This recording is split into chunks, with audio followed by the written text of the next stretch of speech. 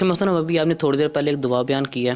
ربی انی مغلوب فانتصر، تو ٹھیک اس ہے، کا مفہوم کیا اور یہ دعا کب پڑھنی چاہیے؟ یہ اصل میں دعا جو ہے وہ سیدنا نوح علیہ السلام کی دعا ہے۔ قرآن کریم میں فدعا ربہ انی مغلوب فانتصر، کہ انہوں نے یعنی سیدنا نوح علیہ السلام نے اپنے رب کو پکارا، دعا کی، انی بے شک میں مغلوب، مجھ پر غلبہ پایا جا چکا ہے، یعنی میری حالت یہ ہے کہ میں مظلوم ہوں اور مجھ پر ظلم کیا جا چکا ہے، اور ہر طرح سے دیکھیں نا سیدنا نوح علیہ السلام نے دعوت دی، کوئی مان نہیں رہا،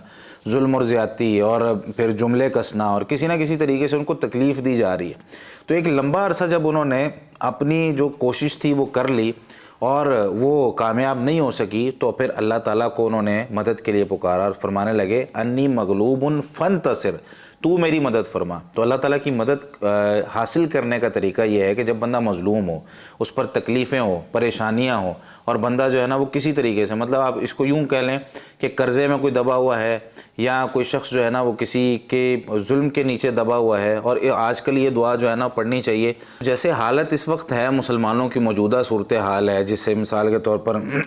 جنگ لگی ہوئی ہے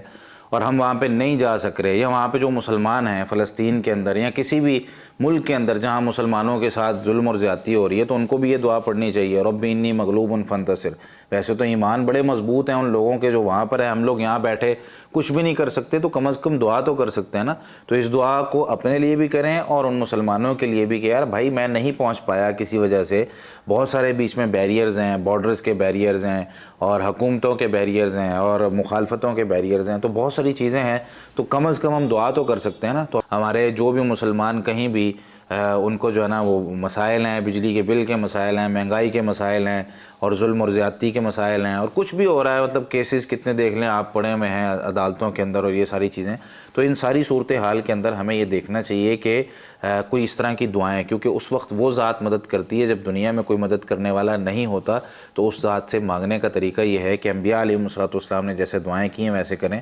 ربی انی مغلوب فانتصر، علماء کرام کہتے ہیں، مفسرین کہتے ہیں کہ آپ جو ہے وہ ان الفاظ سے دعا کر لیں، ربی اے میرے رب، انی بے شک میں مغلوب ہو چکا ہوں، مجھ پر ظلم اور زیادتی کی انتہا ہو چکی ہے، فانتصر تو میری مدد فرما دے۔